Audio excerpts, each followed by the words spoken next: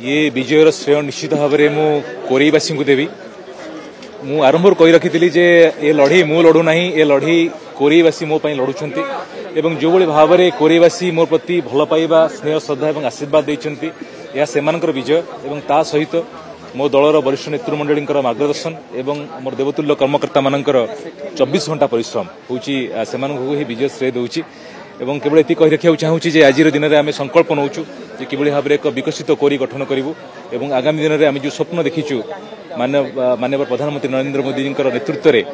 एक विकसित ओडिशा एक विकसित कोरी गठन कर स्वप्न से स्वप्न दिगरे आम अग्रसर होचु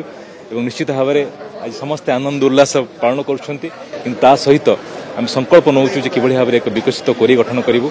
एवं जो कोरी की स्वाभिमानी कोरी स्वाभिमान कौन आज कोरीवासी सारा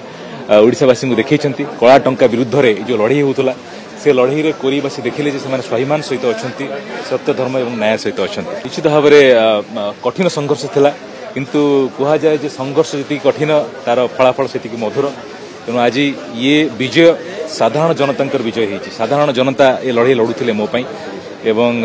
ये विजयर श्रेय मु कोरीवासी को दूसरी निश्चित भाव में कोरीवासी गोटे अहंकारी शासक को प्रत्याख्यान कले एक भ्रष्टाचारी शासन एक अहंकारी शासन को प्रत्याख्यान कले एवं माटीर पुओ को बाछिले से स्वाभिमान को बाछिले से सत्य धर्म और न्याय को बाछिले आम आगु कहीचु जे ओडिशा जो स्तर में विकास हवा कथा से विकास एपर्यंत हुई ना ओडिशार माटी तले अजस्र संपद हेले एबे मध्य ओडिशार पुओ झील माने गरीब तेणु ये प्रश्न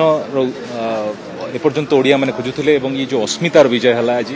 स्वाभिमान विजय है ये विजय ओडिशावासी बोली कहबी एवं निश्चित भाव में आज ओडिशावासी देखले स्वाभिमान कौन करिपारंती ताहा ओडिशावासी करी देखले परिवर्तन होईछि एवं आगामी दिन में आम यशस्वी प्रधानमंत्री नरेंद्र मोदी जी नेतृत्व में